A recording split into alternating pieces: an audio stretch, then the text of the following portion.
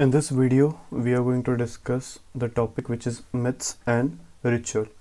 This topic comes under chapter 5. Chapter 5, which is religion.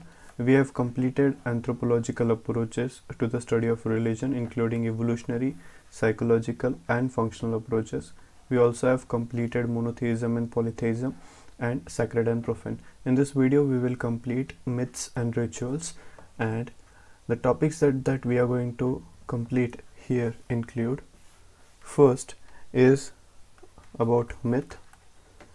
It will include its definition, meaning, and origin. This will come under introduction of myths. If there is a separate question or 10 marker comes directly for myth. The second is the characteristics about myth. Then there is functions of myth, and we will also cover a short topic, that Malinowski's functional theory of myth. Functional theory of myth. Functionalism is something which is associated with Malinowski. So we will study this functionalism or functional theory of myth, which was given by Malinowski. Then we will also do the structural analysis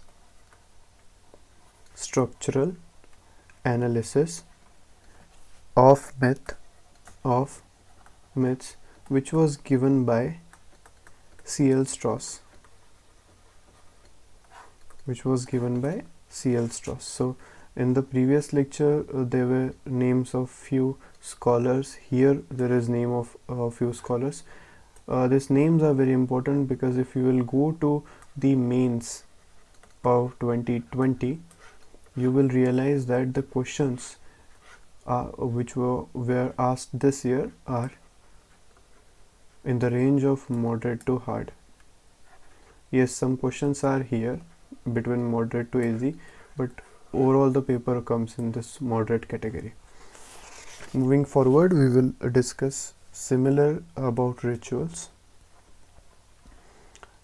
In rituals, we will talk about the definition, types, practices, nature, and finally we will conclude with the topic called as the relationship between rituals and myth.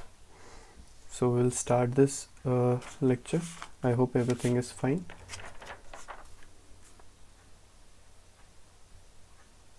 Okay, so starting with myth.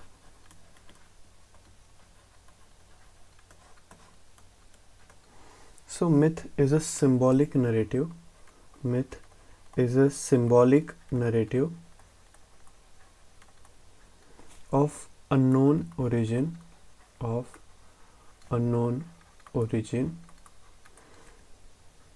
which relates to actual event, which relates to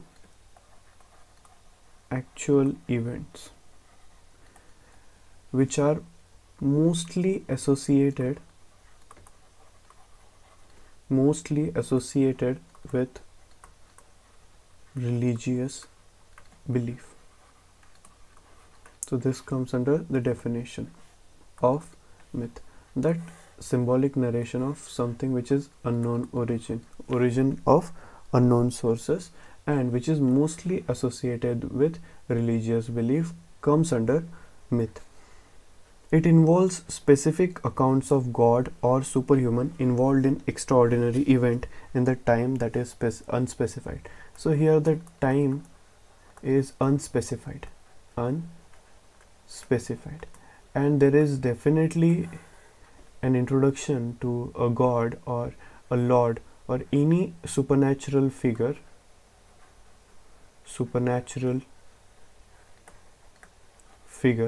will come under this particular part.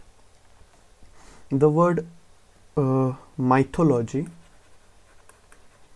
mythology, it means study of myth, study of myths.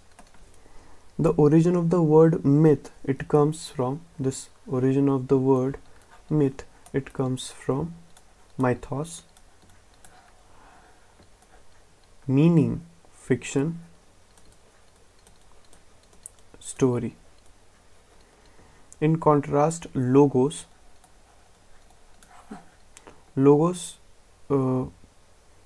means that truth can be argued or demonstrated. Now we will talk about some of the characteristics of myth. See, these characteristics are very important as far as this topic is concerned, because when we are writing an answer, it has to be systematically placed. So we started with the definition, we came with the origin, we gave basic introduction to the nature and word, and now we come to the body, where we gave a little heading called as characteristics of myth. So first thing is that it is present in every society. In every society there is a kind of myth. Then it is the basic constituent of human culture.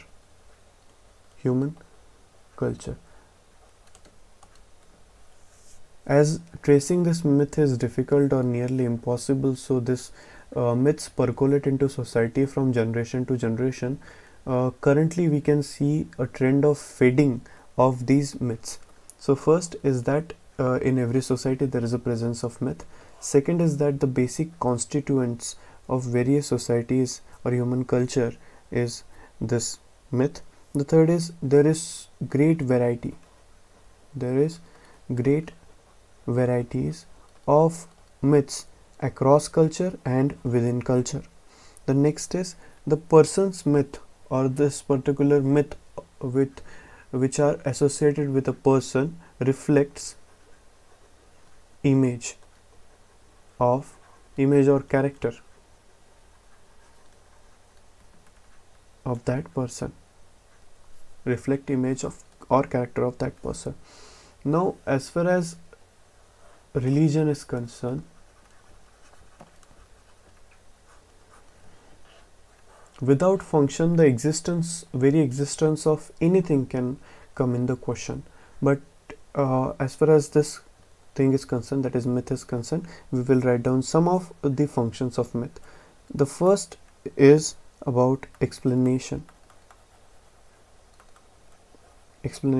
There are certain events, certain histories which cannot be explained directly or scientifically because of lack of proof. So that work is being done by myths. So myths give explanation about the facts that may be natural, or may be cultural in nature. So we will write down an example. Example in this is that the myth of origin of corn. Myth of origin of corn. Myth of origin of corn in Abenaki tribe in North American Indian. There is a tribe called as Abenaki. So they gives explanation of myth of how the corn was originated. So the first function of myth is its explanatory function. The second is justification. So similar first point applies to justification as well. There are things which we cannot justify by scientific means. So here the justification will be provided through the function, through myth. Here explanation of rituals and customs are explained here, or give justification in the form of myths. The example is Indonesian island. The tribes on Indonesian island, they gave this myth of origin of life. We are anthropologically, while speaking, we talk about evolutionary perspective, where here we stand with Homo sapiens sapien, right? And then there are somewhere from Homo habilis. This process continues. Even before Homo habilis, there is a process where there is Australopithecines, Dryopithecus. So there will be some models that we will study. So this is how we trace the evolution of human, but still the proof are inadequate. So this justification of origin of life in the form of myth seems to be very impressive and simplistic in understanding, rather going too complex here. So people simply accept this thing, that is justification. The third function of myth is description. Here the example is pre-industrial society's myth. Describes that what people can ever see for themselves, like origin of world and end of world. So this comes under description. And the last is healing and inspiration. Healings and inspirations. So from various epics and the books, we get we encounter to the various myths, from where we can get a lot of healing, self-healing.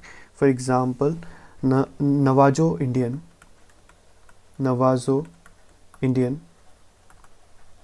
in North America, that talks about the creation of myth. This particularly, that myths of creation are recited. Myths of creation are recited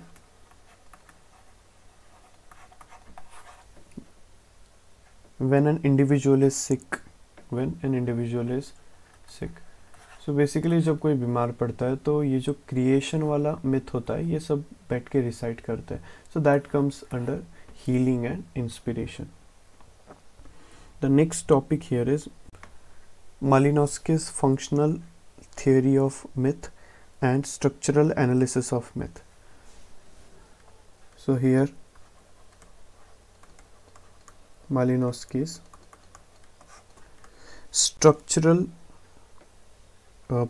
functional theory of Malinowski, and there will be a structural one of C.L. Strauss.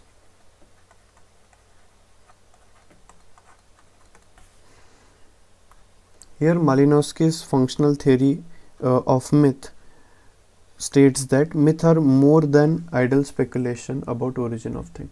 So he says myths are more than just speculations. Second is that it justifies by precedence the existing things or order, and it supplies a retrospective pattern of moral values. So this myth gives us a retrospective supplies of the pattern of moral values. So this is what we get from the myth. Then believing in myth is not just about self-assurance. It is a device of education and cultural and religious maintenance.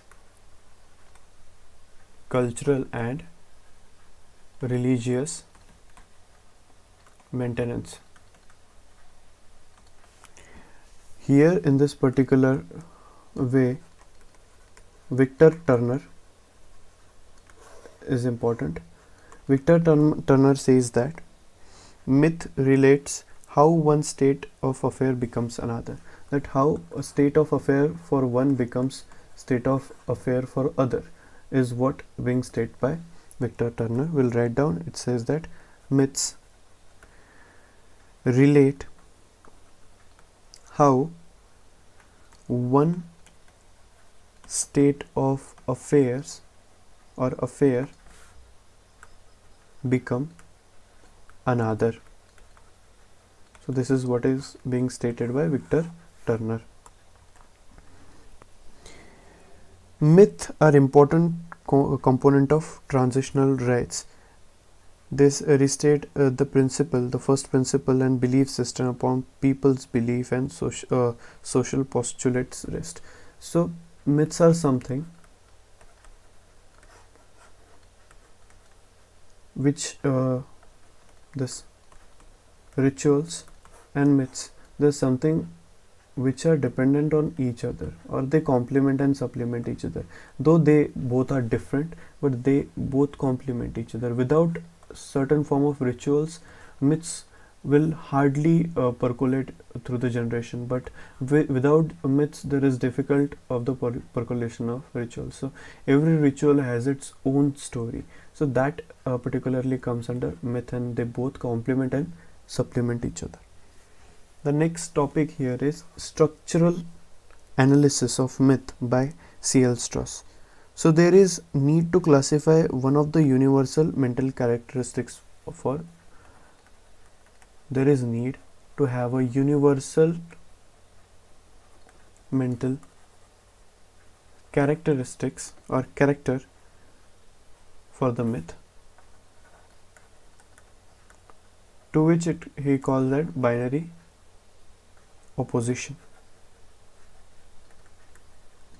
That universal aspect of classification is opposition or contrast. There is binary opposition between myths and folklore. As for the basic difference between myths and folklore is this, that myths are sacred and semi-sacred in nature, whereas folklores, they can be profane as well. So this is what a basic definition of a difference between myths and folklores are. The simple building block of myths is mythymes, and one tale is converted into another tale through a series of simple operations. So there is a story A which is converted to story A dash, which again in the next generation is converted to A double dash. So this process of converting one tale into another, it continues, and that is the structural theory for the rituals. Then myths. The next topic here that we are going to discuss is ritual. Ritual is a performance. Basically, it is a performance of ceremonies, performance of ceremonial acts, which is prescribed by tradition,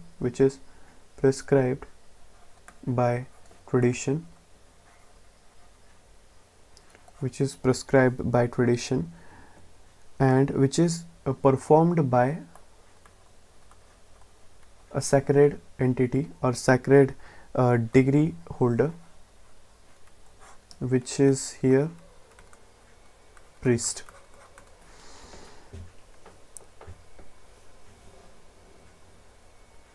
So human is a ritual being, or rather human is the only ritual being,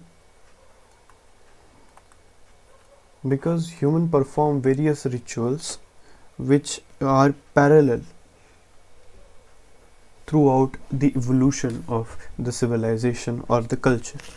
Religious rituals, it is an act involving manipulation of religious symbol. So this religious rituals becomes is basically the manipulation manipulation of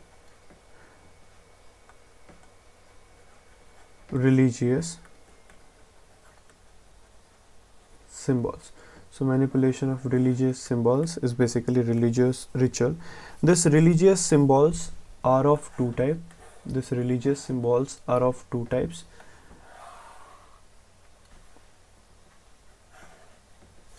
The first type here is verbal, and the second religious symbol is non-verbal. The verbal include chanting or repeating the name of God and spirit, phrases and song. This comes under verbal, whereas worshipping an image, portrait, artifact, or anything, it may be sculpture, paintings, anything, that comes under non-verbal. Then there are some of the types of religious rituals. Types of religious rituals.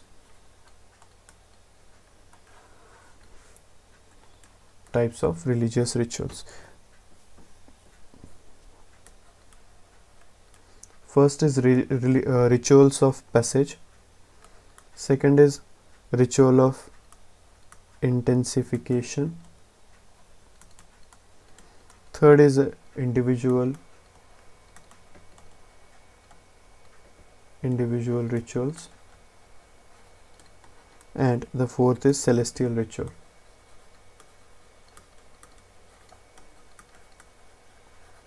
Celestial rituals include the worship of celestial body. Individual rituals are basically the rituals which individual perform in order to get a kind of a vision. This vision is something as a power or capability to see something beyond what a human can see. So that basically comes under human individual rituals. Then there is intensification and the passage. The ritual practices are used individually or in combination to contract supernatural spirit. So this religious rituals, they are used to contact supernatural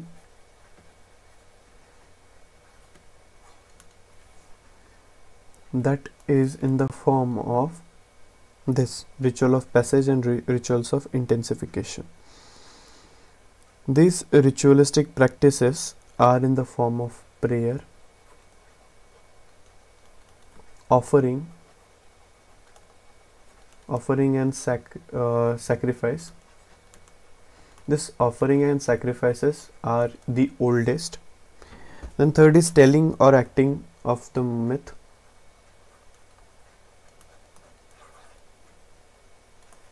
Then altering the physical state of an individual, that is there is a possibilities of visual hallucination or trance, that a person may be sitting here, but a very famous movie called as Doctor Strange came.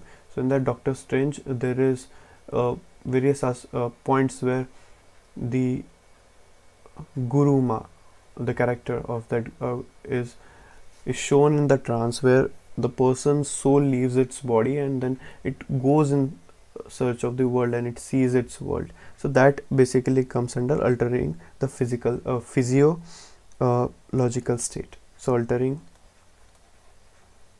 of physiological state, that is our own body. So we are thrown out of our own body. And the last is, this ritual practices also include music, dance and drama. Music, dance and drama. So this particular topic will come under ritualistic practices. Then according to three scholars, these two things are important here.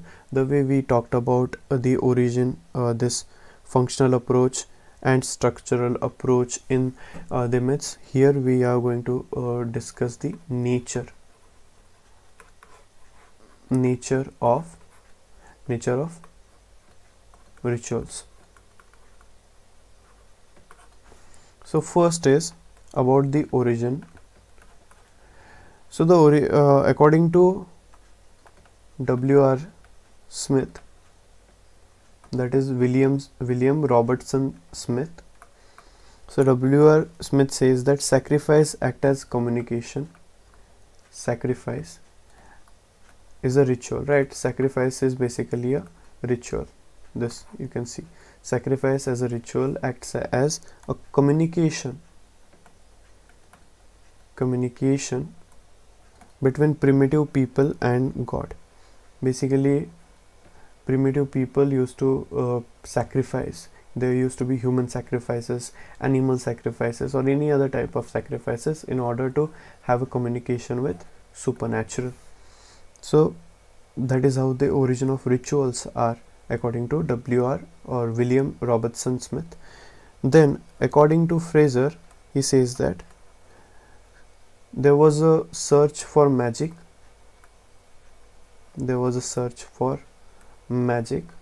And during this search they developed a kind of ceremonial practices, performance of an act, which led to formation of a ritual.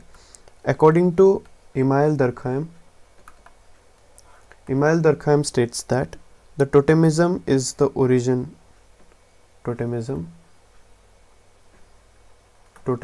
is basically the origin.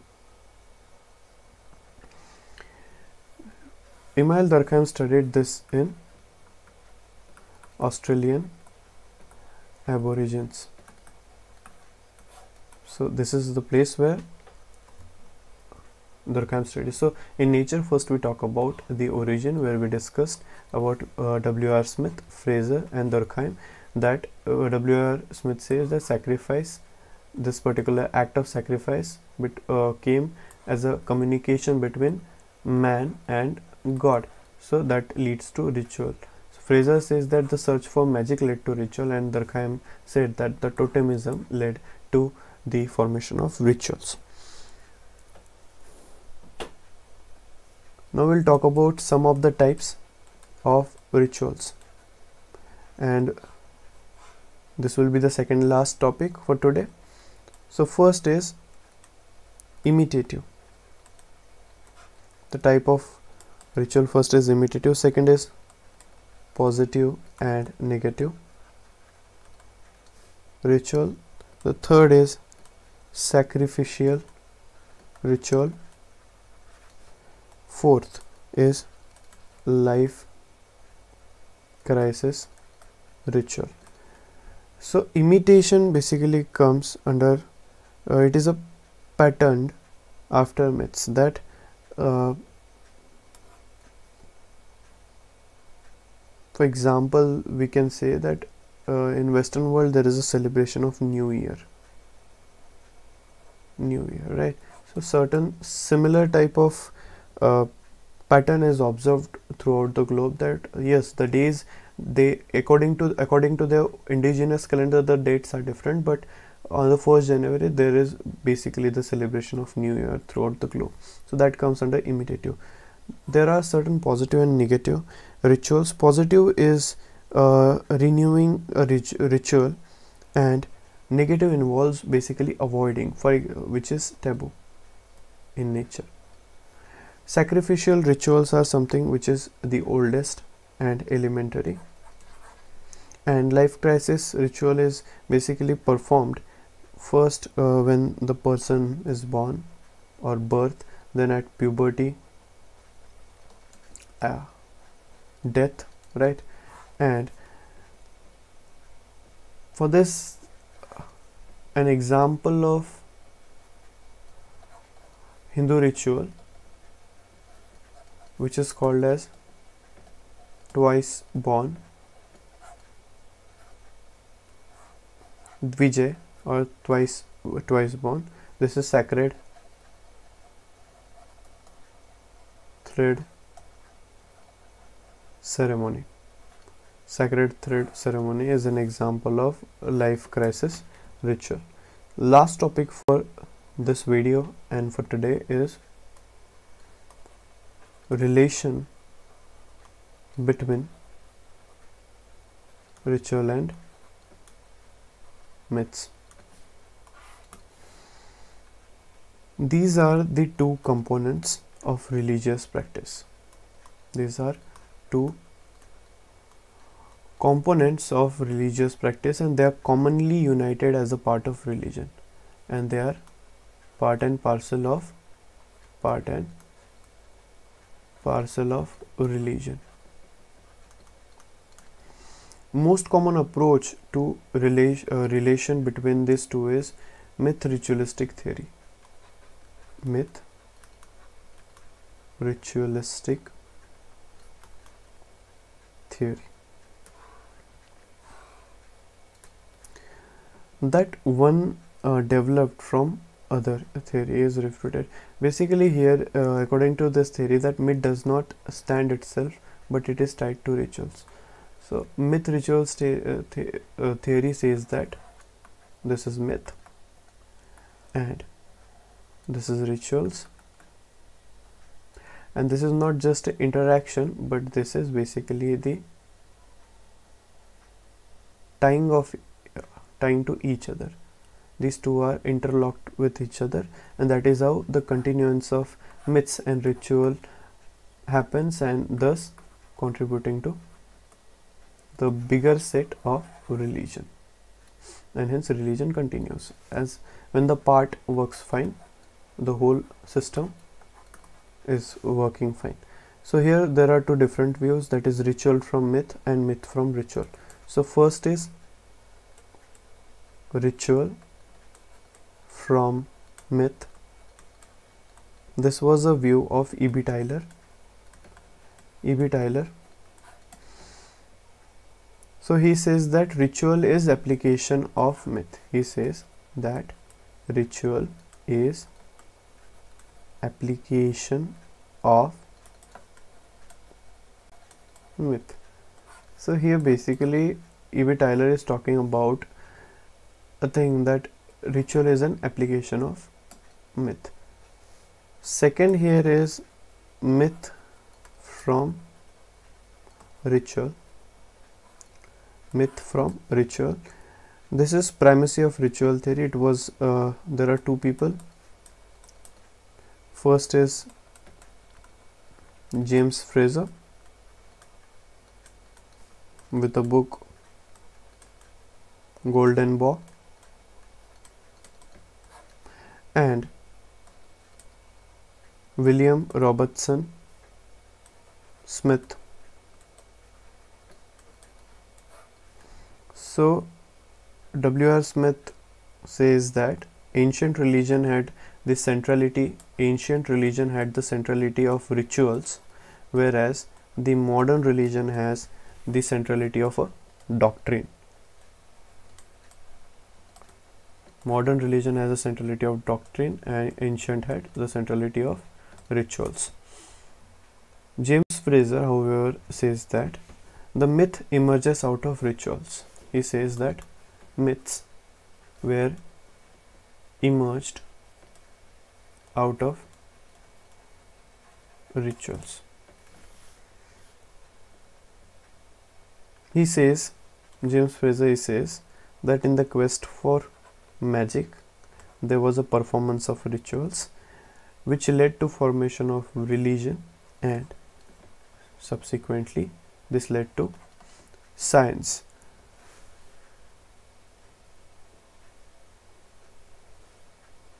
According to, and we'll conclude this complete that is relation between myth and ritual by saying that according to Walter Burkert,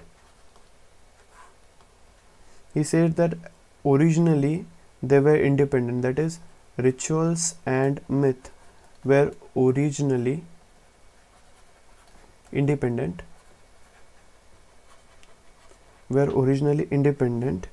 but now they reinforce now they reinforce each other. According to Malinowski,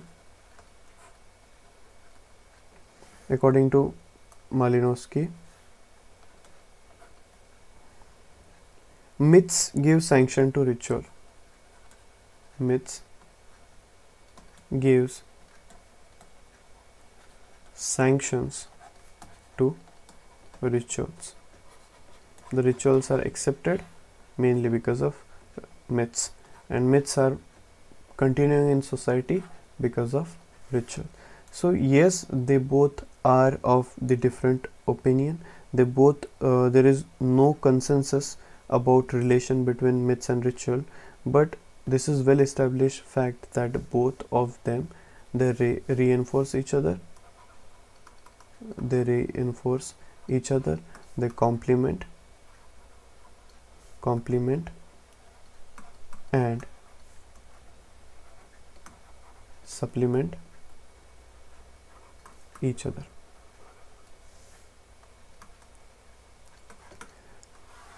Thank you. We'll meet in the next video.